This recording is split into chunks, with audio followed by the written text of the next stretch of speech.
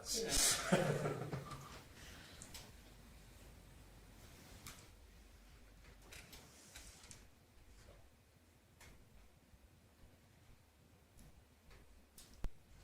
hopefully that fire is nothing. Yeah. He wasn't sure they were still on their way down when I told him, so. Well, it's 7 o'clock, so we might as well call the meeting to order. And unfortunately, Will's not with us at the moment. He's on his way to a fire call. So we will start, and if he gets an opportunity to come in, he will chime in. So anyway, we have an agenda presented. Is there any additions to the agenda? No, somebody wish to. Judy moves it. Any discussion on Judy's motion? None. Call question in favor. It's carried. Okay, the minutes of the December the 11th. Any questions, errors, submissions? Hearing none. Somebody wish to move? Richard? Okay, any discussion on Richard's motion? Hearing none, I'll call question in favor. It's carried. Thank you. Okay, correspondence. We have 4 items there. The letter from the Minister of McIver on the LGFF program launch. Kim does have a little bit to say about it, I think. But Yeah, we've got the new, I went in and looked and did comparables to years past, so it's looking like it's right where we expected, and with the doubling of the operating, as you know, in our budget we already addressed, should be in pretty good shape with that. and earlier we kind of talked a little bit, quite often, majority of that money that we do for the LGFF is usually earmarked for street programs, so Infrastructure. they're larger programs, but again, we can move it around, but that's generally what we've done in the past. So. Okay, so any questions on that one? Okay, if not, we'll move on to the. He also has the assessment. Oh, I'm sorry, the assessment model review. I apologize. Thank you. Yeah, that was also from Minister McIver, and really doesn't impact us a whole bunch. That was on a moratorium for the oil wells. Oil and gas, sorry. Yeah, well, that's great. Thank you. Okay, any questions on either one of those two? If not, okay, we'll move on to the Environment Minister's letter. So everybody's had a chance to read it. And just for clarity, we did discuss it briefly, but the town does have water restrictions in place that we've had in years past when our water treatment plant would keep up those sort of things. And so we'll just work with the Water Commission because, of course, doing water for Champion, Carpegate, Lobo, and Vulcan and Kirkcaldy through that, we'll just monitor. And the nice part is we have operators in there. Stu's already been working with Alberta Environment on that. So from a town, a Vulcan perspective, we'll just see how things go, and if needed, we'll start enforcing restrictions again that are already included in our bylaw. The only bad one about that is the potential penalty that we get if we don't meet our numbers, that, you know, if we don't use as much water as, I'm not sure whether the commission will take a look at that, if there is a restriction put on under this, new 107 Act, water like, well, then they'll have to go in and alter that. Hopefully the commission will take that into consideration if Alberta Environment puts the restrictions on for us to not meet the 90% of water that we're supposed to use and to be penalized for it. Yeah. That's what the commission is holding reserves for. So. Yeah, I wonder if it's something we should bring up in tomorrow's meeting. You know, it's funny you mentioned that. I thought it isn't on there, so I think we should bring it up. Yeah. You know. Well, it is a bit of a concern, because you as a municipality, you try and conserve, but yet if you get penalized for conserving, it's not. 100%. Especially if the conserving comes from the provincial government, and says that you're going to be restricted across the whole province, and or the majority of the province.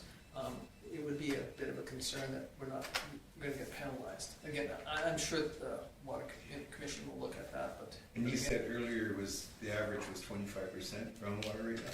That's what he said. That normally it should be 80. I wrote it down here. 85 is is normal, and we're at sitting at 25%. Oh, yeah. This And I think that's, So for the purposes of your meeting tomorrow, if you'd like to bring it up, I'll forward you this letter so that you have it in your email so that you can bring it up. And then just a discussion on whether the commission will continue with the penalty for not meeting the numbers yeah, if we are forced into restrictions. yeah, it's something that should be dealt with for sure, I think. Yeah, I'll email that to both of you Thank you. right after the meeting. Yeah. okay, thank you. Was there any other questions on Tom? Okay, if not, we can move on to the ORSC. You know, and it's kind of nice in a way, you know, they kind of talked a little bit about places close to home. Yeah, You know, both Cole, you know, understanding where, you know, you guys had that place down at the slopes of Judy, the same thing, some slopes on the land that you guys kind of farmed around, and then all of a sudden, you know, we talk about Lake McGregor Lake, you know, so all of it's kind of close to home for us, and it's kind of a neat article, really. yeah. They were slow getting this one out. It wasn't, we usually have this handed to us at the 7th. We didn't have it ready that time. Yeah, and you know, and you can understand how it affects, especially you know, places that do sit on a potential, you know, a home that's on a potential, you know, right here when they're talking about this this slope issue. But anyway, it's kind of neat that they talk about stuff that's close to home for us. Yeah. Any thoughts or questions on any of that one? Okay, and then the last one is the green shirt proclamation. We did this last year, the proclamation. Kim has said that we can't change our tourist center to green yet, but someday maybe we'll be able to, but we can do the green shirt proclamation thing if we so desire. Do you need a motion for that? Please. I make the motion that we declare Green Shirt Day. Sorry, it's usually written out here. That we proclaim April 7th, 2024 Green Shirt Day in Vulcan. Okay. Any discussion on We'll pretty the motion Yeah. out to include everything the that proper it needs. statement? Yeah. Thank you. Thank you. Any question on Lyle's motion? Hearing none, I'll call the question. All in favor?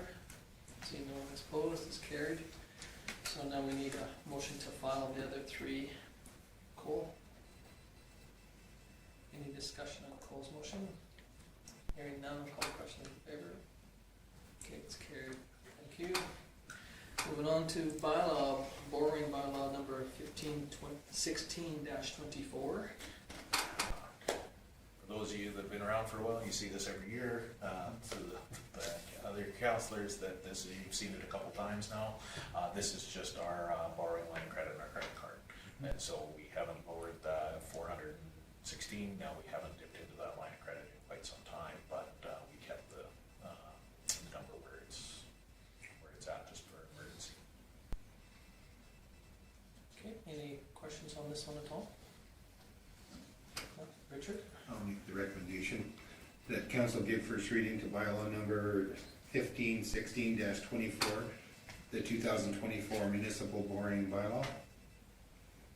Okay, any discussion on Richard's motion? Hearing none, I'll call the question in favor. It's carried. Anybody opposed? Seeing none, it's carried unanimously. Okay, Second reading. so yeah, we can do the second reading. Judy? Any discussion on Judy's motion? Hearing none, I'll call the question in favor. Anybody opposed? There's none, it's carried unanimously. Introduction at the third. Cole? Sorry, Lyle. Cool. Any discussion on Cole's motion? Hearing none, I'll call the question in favor. Anybody opposed? Seeing none, it's carried unanimously again. Okay, third reading. Lyle, thank you. Any questions on Lyle's motion? Hearing none, I'll call the question. Opposed? Seeing none, it's carried unanimously. Thank you very much. So that one is done. Moving on to current business, arena dressing room expansion. So you've all had a chance to read the report. It's pretty straightforward. At the last meeting, we discussed this. We put a price together. We've got a revised price, obviously looking like the costs have come down significantly by looking at that option. What Chris is looking forward to now is part of that original motion was to look at grant opportunities to pay for this. So most of the grants that we've been looking at are matching funds, which we discussed at that beginning meeting. And so we need a motion from council that money will be allocated for the purposes of doing this. And so we currently have $145,000 sitting in the arena reserve. So you could allocate, so making sure that everybody knows, all you're doing is allocating this for a matching component. And so funds won't be drawn out of the reserves unless we get the grant, and then they'll be pulled out of reserve for the purposes of matching the grant, only if the project is going forward. So really what he's doing is getting the ducks in a row so that he can show on a grant application that council is supportive of this, is willing to put the money towards it. And he's looking at asking the county to do a very similar motion so that there would be $200,000 available. So if it is matching, it would bring it up to $400,000 out of the grant. Barbara? My question is, I have a couple of Yeah, absolutely. Of course. My first question is, if we allocate this, it is allocated for dressing rooms moving forward, regardless. So if the roof caves in, it's still allocated for dressing rooms. We could not pull it back because it's allocated for a matching grant. Yes and no. So for something like your reserves, every time you put money in reserves, you allocate it for something. At this point, you've allocated it to the arena, $140,000. I'm now asking you to allocate it a step further for the arena dressing rooms for the purposes of applying for grants. In a situation, let's say the roof caves in our arena, that's what we carry insurance for. We would never have enough in reserve to replace the roof on our arena, but we have traditionally carried $25,000 to $30,000 in reserve. The reason why we have 100 in that reserve is because of the cost of the Zamboni. We got half paid for by the county, and the boilers came in significantly cheaper than our original quotes for redoing those. So we've been carrying a much higher balance than we would normally carry in the arena reserve, and we just haven't reallocated it anymore. So knowing that possibly something like this would come up. So. Then again, too, on that same discussion, if something happens and the project doesn't go forward, like Kim says, we can use it for something else. I mean, if the project, if we decided tomorrow that, hey, we can't get any other funding and we're not going to go that direction, then we have the ability to move it somewhere else. But by committing it to this project, it says it does make it easier to qualify for the grants, because at least we've got a portion of it, if not. So then, So the big thing on the reserve side, just to clarify that, you guys as council can reallocate reserves at any point that you want. So you have over $2 million in reserve right now. So you could set up a meeting and reallocate every cent of it if you would like. So that's why right now you've allocated it in that sheet that we do for when we pass the budget and we reallocate money. That's just right now where council wants to have those funds. If something comes up, all it takes is a motion from council to draw. Say something happened on our sewer lagoon that was $1 million that wasn't eligible for insurance or something like that, you could reallocate money from every reserve you have to pay for. So you're putting in writing, essentially with this motion, that you're willing to take the $100,000 and set it aside for applying for grant funding. Barbara? Okay, Yeah. and then this is my last kind That's of fine. little statement on this. It's just that my concern is the overall price tag of over $400,000. It's basically like the purchase of a house, the cost for dressing rooms. I think that's super, super expensive on the existing arena for how old it is. I do have a concern about that. And also, because we have put in, like, for the Zamboni, or the new ice surfacer, we put in for the emergency lighting not very long ago. I believe there was, besides the boilers, something with Updated speakers. the speakers, and then there was also the flooring at one point, or did we not contribute? We might not have contributed No, we to did, that. we did. Yeah, The and school raised funds for that as well. yeah, and I truly believe in investing in recreation, because I think recreation is amazing. But I'm just a little bit kind of worried about taking our reserves at this point and allocating it to something that is so expensive, especially right now, just how it is financially in the world. Okay. So that's just my personal, I'm concerned about that. Thank you. Richard? You know, the usage at the arena has gone up substantially. There's a whole bunch of tournaments on. I was there to watch the Rampage the other day, and the place was jam-packed. We actually need more space, we do need more dressing rooms. This is a must.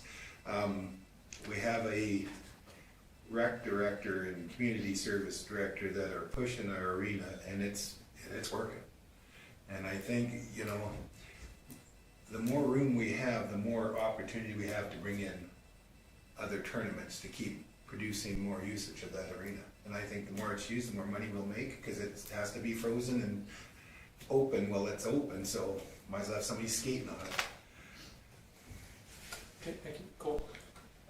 I think Barb does have a good point with the overall cost, but if the county's contributing as well, and if we do end up with this grant funding, I mean, a lot of this cost is mitigated. So I agree with Richard as well, though. Like, I was there on the weekend too with the tournament, and we had our team after, and we have girls on our team, so there was the potential of 4 teams, girls dressing in the same little locker room, the size of what's inside this table. And it's not very accommodating. Like, you know, luckily 2 of the teams only had males, but there was still us in picture view. These girls had to dress in there, and it's I see a lot of value in these tournaments too. Like, I go to the rinks and talk to the people from out of towns. There's, you know, a couple hundred people coming through our town for the whole weekend, not more. There's a lot of value there. So This weekend is a good example. Sorry to interrupt. Because of the snowstorm, I was talking to 4 fathers that their kids were playing on the Rampage. They ended up staying overnight in Vulcan. They would have ate here, they slept here, so they took rooms.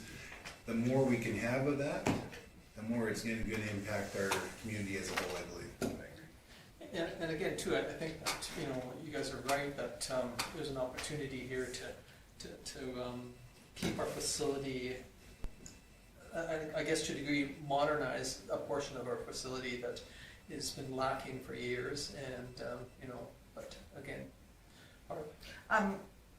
One other question is, like, I know the girls are kind of jammed into this little room, but it doesn't mean if we build these new, there's nothing in writing saying that these new dressing rooms are for the girls. well, they won't be.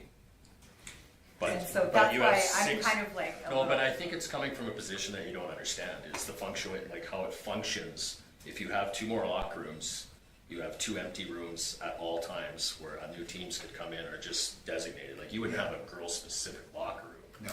But it'd be like, girls, you're in 5 today, because 1's occupied. yeah. Like, it does give up a lot of options. And years ago, you know, we always have had 4 dressing rooms. I'm not sure how much time you guys have spent in the main or the basement of the arena, but there was 4 dressing rooms down there until the 2 were built in the curling rink piece there. Yeah. And then they took those 4 and made them into 2 and altered them. And now what we're doing is proposing to build 2 additional, so we'd end up with, theoretically 6 dressing And rooms. one of the things that really sparked this from administration to start moving this along a little bit quicker is the new restrictions that are coming around for the change rooms, shower partitions, all of those things that will not be able to be accommodated in our current. So this allows us to update and make use of where we're at, because we're still never going to get away from possibly having to have teams split up like girls and boys. We're still going to have to accommodate for that, but now that's where, depending on how far it goes in the future, if you've got a tournament going on and people changing rooms all the time, we might need 8 dressing rooms, depending on the new regulations they put in. So we're taking the 4, going to 6. The other thing I wanted to talk about was council, when we did the first review of the plans, and you went with the plan 2, cost estimate at the time for that was $787,000, and those are actual costs. I know, Barbara, you have concerns over those costs. Those are cost estimates based on the model that's being used for the Marquis Foundation right now, per square footage. These revised costs came from the Nels and the county engineer in working with another metal building that they're doing, and they've revised that to bring it down to what they think is reasonable. But again, that's with us doing some of that work, those sort of things. So we're doing everything we can to bring those costs down. But like you said, it is the cost of building a house, but it's a public facility with showers and HVAC, all of those things. So it will never get cheaper, I guess is what I'm saying. Yeah, which I totally get. And as to hearing that the girls will never have those dressing rooms, I'm probably not very happy about that. So, just saying. Have you been into I have. the rink and how it functions? Like, I that's have. ridiculous. I have. I spent like over a decade in So you would allocate rooms just for girls so nobody else could use it, even if there are no girls participating? No, I'm not saying that. Thank you. Yeah, no, I think that what we're doing here is proposing to increase the amount of changing facilities or locker rooms, whichever way you want to call them, and to try to accommodate the ability to utilize the facility at peak time more economically and properly. And I appreciate what you're trying to say, Barb. But again, here's an opportunity that we might be able to partner with the county on it, and go after some grant money. And then there's some funds that were raised locally to go towards this project too. So One of the ways of accommodating that, Barbara, in that statement for girls only, is we're not building dressing rooms for any particular. We're building dressing rooms to accommodate the new diversity that we have in all of our skating programs, whether it be figure skating, where we used to have a change room full of just girls in figure skating. Now it's mixed as well. We have more girls and boys playing hockey that need different rules now. The rules have changed. So that's the biggest thing we're trying to accomplish. It started as saying we needed some room for the girls because our dedicated girls change room was a very small site.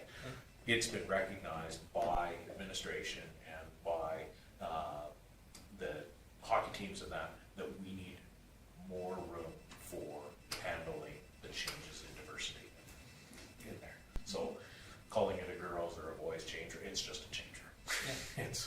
And so's the little one that we have down in the hallway. It just used 20 years ago, it started getting called the girls' change room because there was only one girl playing at a time or on per team. So we're not calling any of these change room girls or boys. It's just we need more change rooms for the diversity in the game. and times have changed. Like I said, we originally had we had 4 in the basement there, and they, they were not friendly and they weren't very comfortable, and time changed, and so that's when we added the other 2 on and altered those 2. And then when we had another professional, whether you call it a higher level team, they created their own space for them at that point in time, and then it got changed. It wasn't the direction to go, so. But anyway, this is a proposal to allocate the 100,000 out of our reserves. Okay, Richard? I'd like to make the recommendation that council approve the allocation of $100,000 from the Arena Capital Reserve for the purpose of securing matching grant funding for the Vulcan Arena Dressing Room Expansion Project. Okay, thank you. Any discussion on Richard's motion? Hearing none, I will call the question. Those in favor? Opposed? Seeing none, it's carried unanimously. Okay, thank you. We'll move on to committee reports. There's a couple there from the civil organization, November 24th and December the 8th. Any questions on either one of those two? Okay, hearing none, we'll move on to the Mayor's and Reeves of November the 3rd. There was no December meeting, so November the 3rd. Any questions on that meeting? And then Victim Services on November the 20th.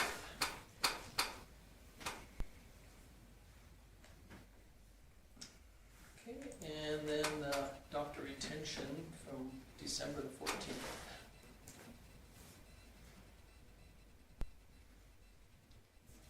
Okay, no questions on any of them? Somebody wish to move these? Okay, Judy. Get on this if you want. Judy moves it. Any discussion on Judy's motion? Hearing none, I'll call the question in favor. It is carried. Okay, now we will move on to the councillor reports. Councillor Magnuson.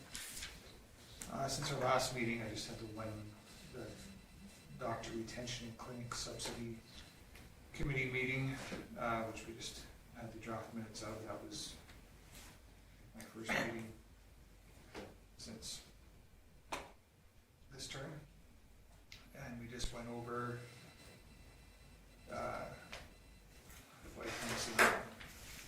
guess we'll be discussing this further. Yeah, you close the meeting on the agenda. We'll leave that for now unless anyone's got any questions. Yeah, because when we go into in camera, we'll discuss the contract or the agreement in more detail and stuff. Okay, any questions for Lyle? No? Thank you, sir. Councillor DeBolt. I really haven't had any meetings. I was pretty quiet. Okay, any questions for Richard? Seeing none, thank you. Councillor Smith not here, so we'll move on to Councillor Sampson. Okay, I left my book at home, so I've been madly trying to remember what I did. So did we have an MPC on December 12th? I didn't think so. So my old calendar, so just on the 14th, had a building committee meeting with M3, with Turner and Townsend and Shandles getting together with the cost. We found out we were $1 million over budget. So we went over all the options that we could make decisions on. There's some we can't. And we had a quick call in with Corey, well, emails back and forth. So after that, they gave us the job of going back. So on the 16th, Lori, Kelly and I did a Teams meeting and went over our options. So the outside, we can take those fins out, which gives it a nice angle. We're going to try to leave some if we can, but take the fins out of that. And on the inside, maybe just do one fireplace on the lounge side and take all the wallpaper out and where we can and put paint. And we can always wallpaper down the line. We had some pretty fancy tile on the support beams and that going up and behind the coffee bar. So we're trying to get rid of this much, unfortunately, nice detail. The wood that we had up there, maybe corrugated steel, if that's any. Kelly figures it's pretty cheap, so it was pretty depressing. And it was harsh, but they were impressed with how much that we did deal with. So we have a meeting tomorrow to go over with Corey and get what he feels can also come out and, because we need that down, and then we can sign off on the Class B. So, that wasn't a good Christmas one, but, and on, December 18th, was here for coffee hour, and I enjoyed that. I thought that was a good thing, all council being here. And on December 20th, I think that was the date, it's the day I came back from Panoka, so had an FCSS special closed meeting. And that was about it. Okay, any questions for Judy? No, thank you, Councillor Coffey. I just have the elder abuse in December. I don't have the minutes for that one quite yet. And of course the coffee hour, and that's it. Okay, any questions for Bob? No, thank you, Councillor Dunham. I haven't had any meetings, we have the water commission meeting tomorrow. Yeah. That's it. Okay, any questions for Cole? No, thank you. I have a couple. Of course, the coffee one again, and had a SAWA one, and then we just got a letter from our lawyer today. Just a second here, I'll just kind of read what the letter says, word for word. Confidentiality letter from the lawyer. It says, we would recommend against any disclosure or submission to any party, public or confidential, and could not have trade pricing and practices contained within them. All that has to be done is made public is that negotiations are going to take place with the preferred candidate.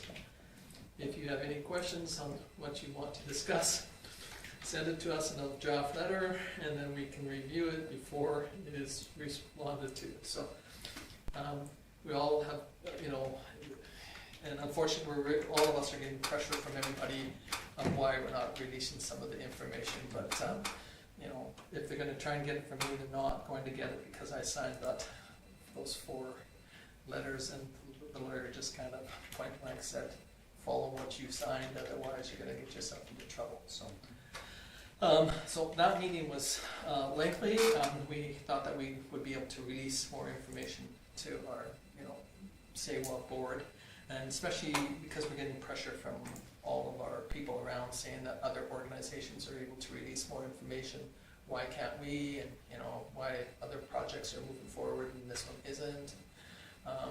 So anyway, long story short, our lawyers are just telling the 3 of us or 4 of us, mum's the word, and so it is very frustrating that we can't share that with, we can't even share it with the rest of the SAWA members. But anyway, that's coming from our lawyers. And I mean, when you spend the kind of money you do to lawyers to represent you and protect you, you should, I think, listen to what they have to say. So then I was at the mayor's in Reeves, and Judy wasn't here when we were talking about it earlier, but we had 2 gentlemen from Alberta Environment. This one's name was in the Environment Protective Areas, Darren Warburg, Regulatory Assurance Manager, and he really laid out a very dim view of what's going on in our province right now with the weather. He said it wouldn't have been so bad other than right now we're sitting at 25% soil moistures, and it should be at about 85. And he says even if we do get the snowpack that they're hoping, it's going to be a tough year for the whole industry. He had said that there's over 22,000 licenses holders in the province of Alberta, and 70% of them are agricultural based. Whether it's feedlots or irrigation or processing.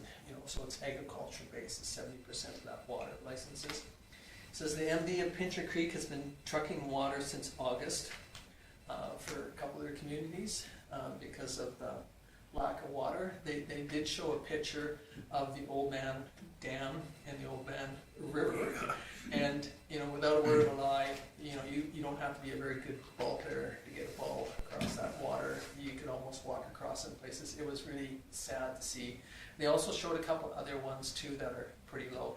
There was a bit of a discussion that went about when they, you know, how they manage the water in those reservoirs, you know, by releasing so much in the fall, anticipating the spring runoff, and maybe they released too much. But he said, according to the law, it says that we're supposed to give 50% of the water to our neighboring communities, so we have to give 50% to Saskatchewan. But he says, the question now is it 50% of what? You know, is it 50% of last year's, or is it 50% of what's coming down the stream because of it's 50%? So this year they met it by, you know, putting out 55%. But he says you can go on that Drought CA website. It's our abwater.ca, and it'll go through the whole program that he went through. But again, we talked about it earlier. You know, how's it going to potentially affect us? And you know, again, things could change, but he just said that, you know, it doesn't look very favorable right now. Even if we get tons of snow in the mountain, the snowfall, you know, because of last year, we had over a normal amount of snowfall in the mountains, but we never saw much runoff because of the droughts. And he said this year's even potentially going to be worse. So he says if it melts like it did last year and kind of all, you know, melts slowly because the ground's not frozen, and there's no moisture there, the ground's going to take it up. So he says, you know, we're going to need a ton of snow, is what they're talking about. This Shannon Frank, she's on the Oldman Watershed Council. You know, of course, it really affects them more so than the rest of us. But yeah, she really kind of, you know, highlighted the advantages that the province will have and the disadvantages if they bring in this Act 107, and because it'll affect the whole province. And he did show a map, and I didn't realize it, but he said that, you know, like these purple areas are concerned, and it probably took up 80% of the province. He says normally we see a drought in the south or a drought in the north, but he says this year, because of the droughts that we've had, and so we talked a little bit about you know, the on-stream, off-stream dam situations, you know, potentially, and like a normal, I brought it up that a normal on-stream dam proposal is 27 to 30 years, you know, from the time it starts to the time it usually it's finished. It takes that long to produce an on-stream. Off-stream can be done a little quicker, but he point blank said that an average dam project or storage project is 7 to 10 years is an average, you know, whether it's, but he says when you put it on stream, then you get federal fisheries involved more so than off stream is generally more of a provincial jurisdiction. So it was a really good meeting. It went to 4 o'clock, and normally it's over by 3, and there was 24 members there and 10 online, and some really good questions. It did feel like a bit of, we pitted the urbans against the rurals, because the rurals are the ones that are, you know, using the majority of the water compared to the urbans, and the urbans will be the ones that will probably survive it. And it kind of looked like a little bit of a pit, but I think everybody in the room understands that if we pick on the rurals really bad and we don't get like, you know, you cut the agricultural in half, is what they're kind of saying that look like it'll happen. I mean, the cattle industry, all that whole industry being hit by 50% is going to be devastating to a lot of people in a lot of areas, even in urban. So even though we pitted us against each other, I don't really think that anybody really felt that it's going to be a comfortable decision that's going to be made. So, but so I appreciate you two taking some of this information back to the meeting tomorrow. And again, you know, they talked a little bit about, you know, how can one person have to shut their tap off or have restrictions and another one doesn't, and it was ugly. The other thing that came about was the discussion about the terms of reference, which Karen sent out a copy of the terms of reference. We've never really had one as an organization. There was another discussion too about the girl that we hire. She gets $400 a month to do all the paperwork and the day and the whole works, and we've increased that to 800. You know, because now they're asking her to do the financing. Because what happened was whoever was the chair, their municipality looked after the financing, sending out the bills and that. And so there was a bit of a discussion. There was a motion made that if need be that we double our honorarium or whatever you want to call it to the organization. It's $100 per municipality. Double it to 200.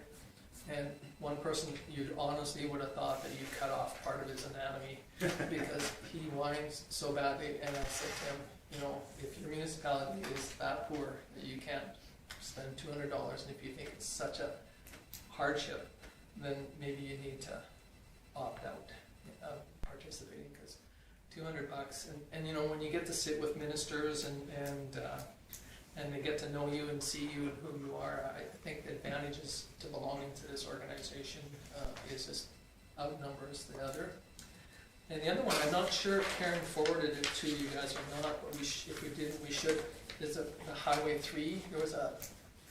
No, Did it,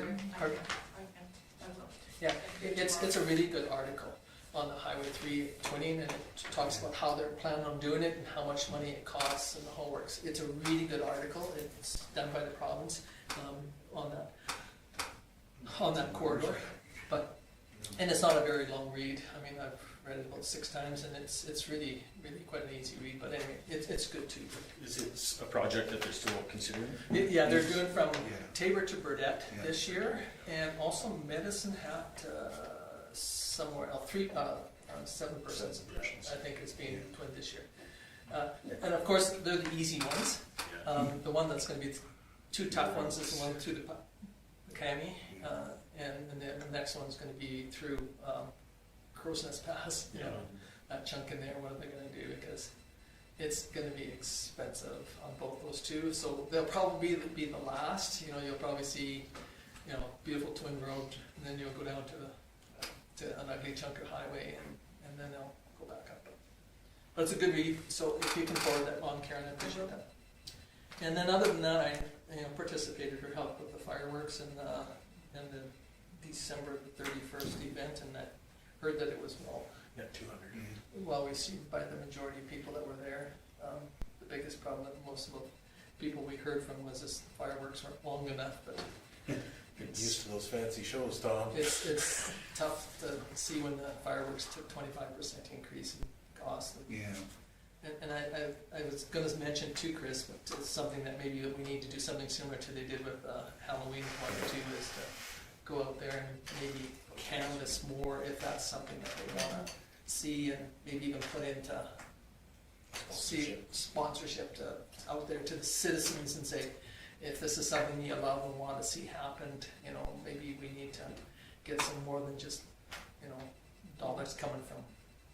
Go ahead, Judy. That was one comment I heard, that they had better fireworks at Halloween than they did for New Year's Eve. But we knew, everybody knew it was sponsored, and that's why, but yeah, so I think maybe we should.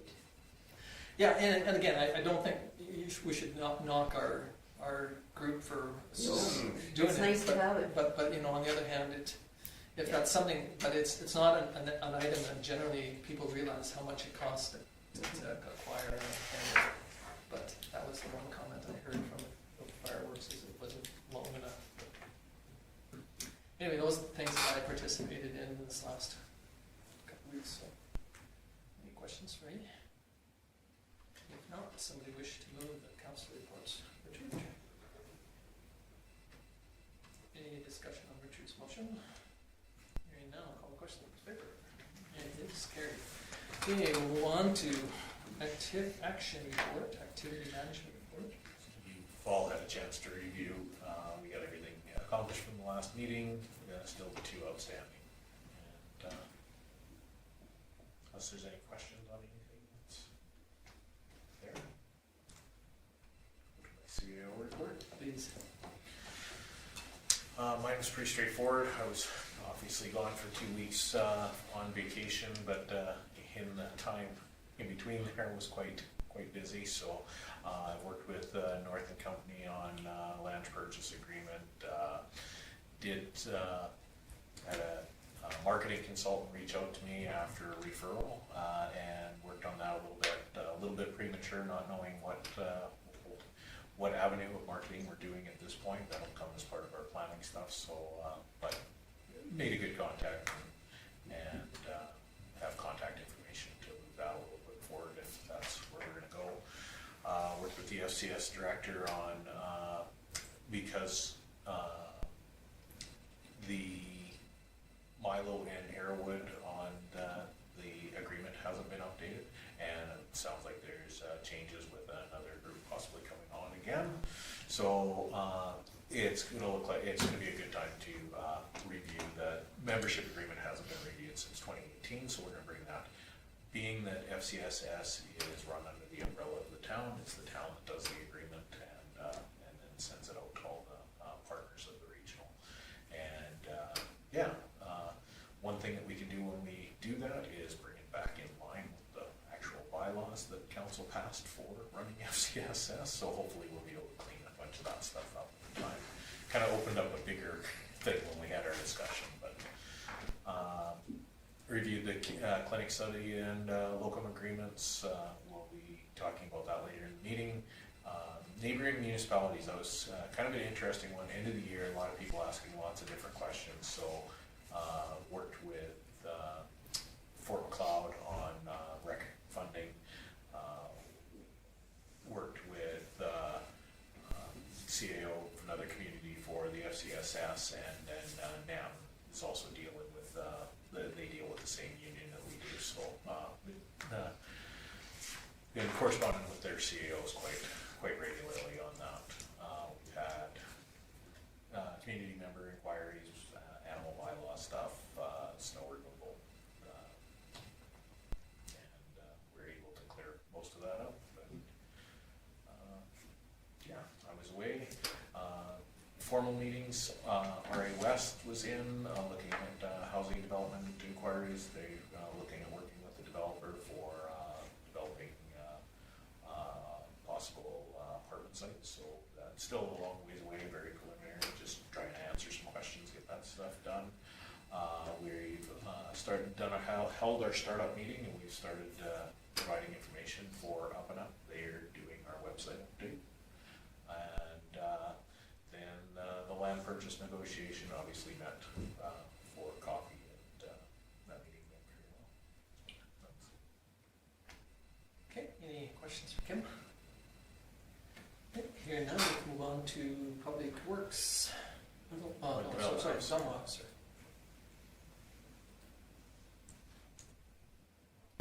Any questions on Reedus? Okay, here now we'll go to Public Works.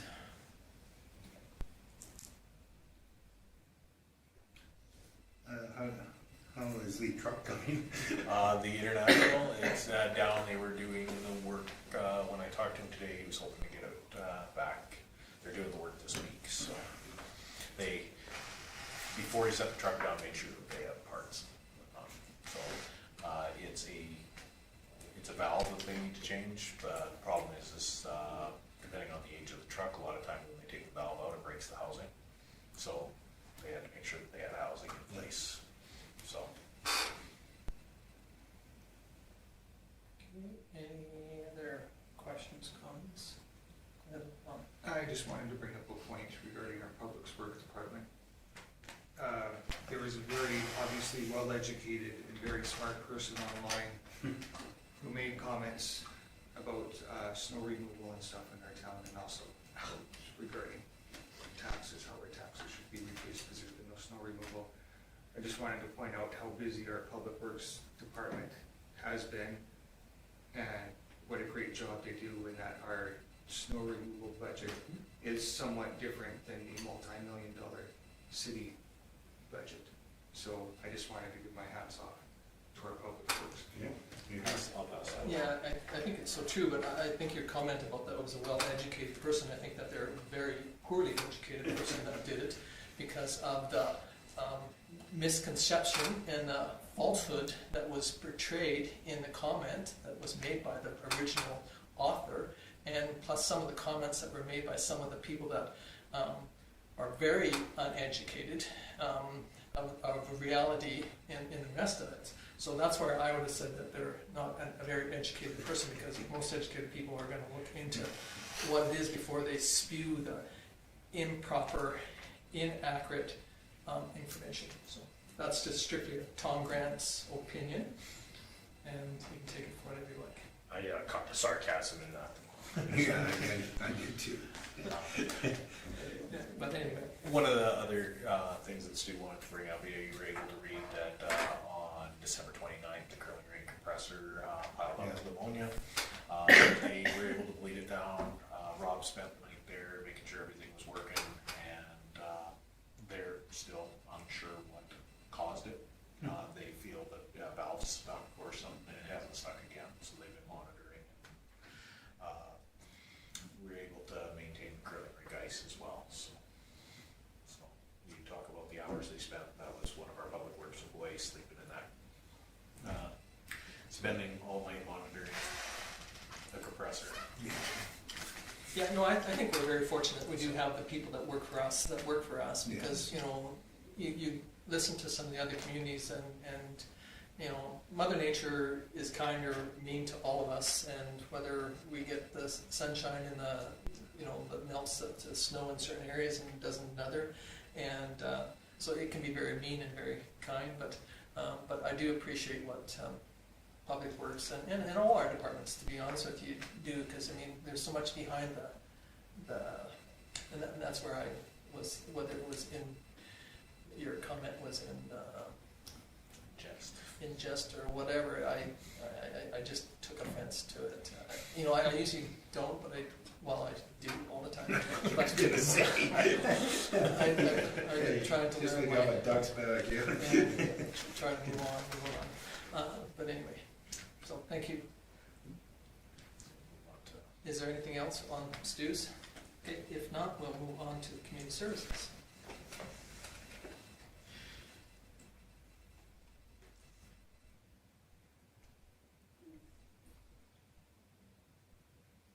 Any comments or questions or? Okay, hearing none, we can move on to the peace officers.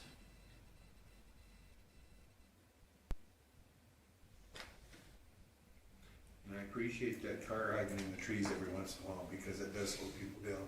There's those little kids in that playground. I always worry about that crossing right there. My grandson lives over on that side now, so that's not why I worry. I've worried a long time, but I do appreciate that car slowing things down.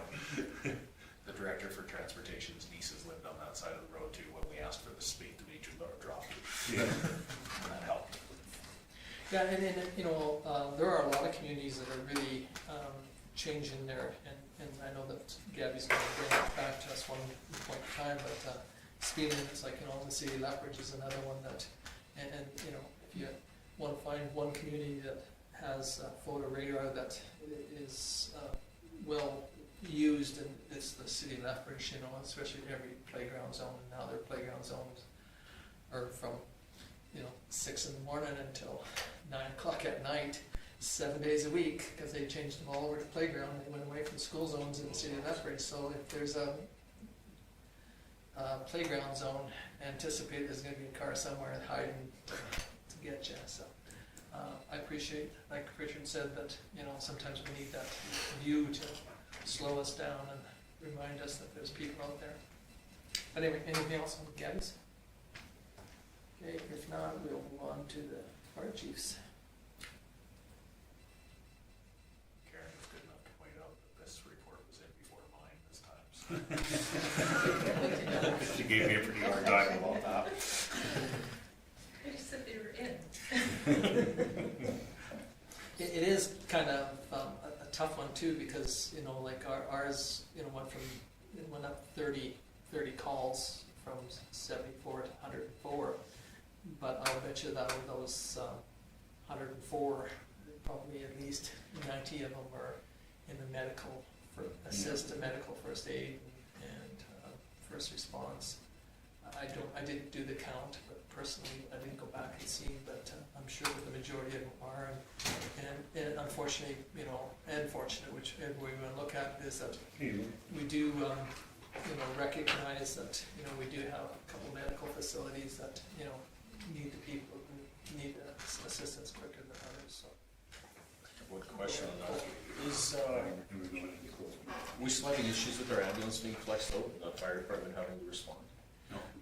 I don't think it's as bad, but I don't know what it is. I mean, I know that the county had somebody from last month come and give a presentation on some of it, so again, it might be something that, you know, we need to see, get Nels to follow up and give us some more information on how much it's being, if it seems still as positive as it was there.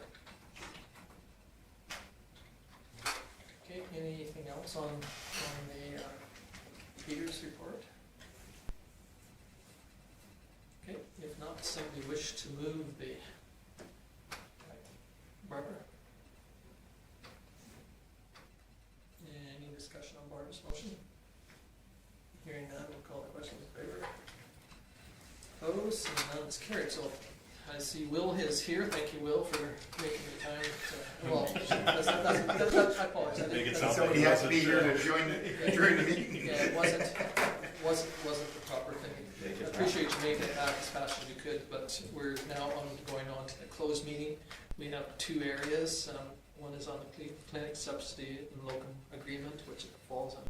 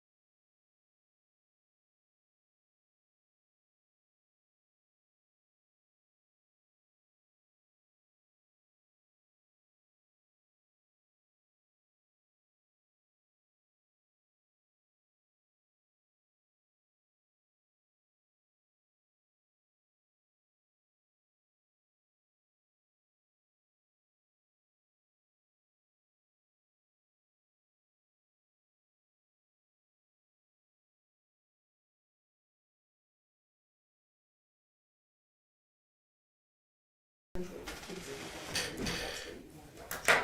a minute for it to come back. Sure. And we're just waiting for it to come up, and then we'll have a motion to come out of the camera. You should be able to start anytime now, I think it's about 30 Okay, seconds. so we need a motion to come out of the camera. Okay, I'll put Cole Yeah. out at 8:42. Okay, any discussion on Cole's motion? Hearing none, question in favor? Opposed? Seeing none, that's carried unanimously. Okay, so we're out of the camera, so now we have, Yeah, two motions that arised from the discussion in closed meeting. The motion for item 10.01, as council put forward, it would be that council approves the town of Vulcan to enter into the 2024 to 2027 clinic subsidy and locum program agreements as presented. thank you, Lyle. Any discussion on Lyle's motion? Hearing none, I will call the question in favor. Opposed? Seeing none, it's carried unanimously.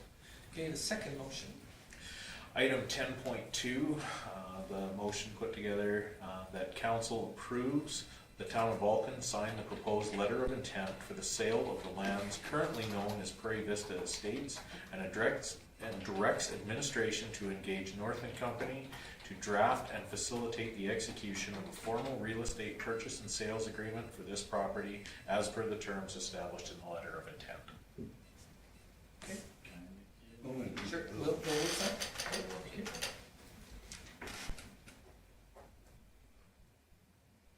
Okay, any discussion on Will's motion?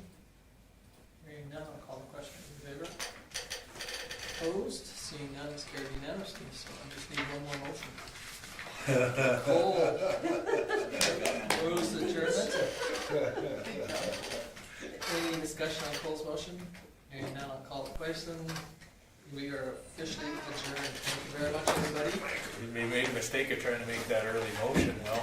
Yeah, you're a little slow, buddy.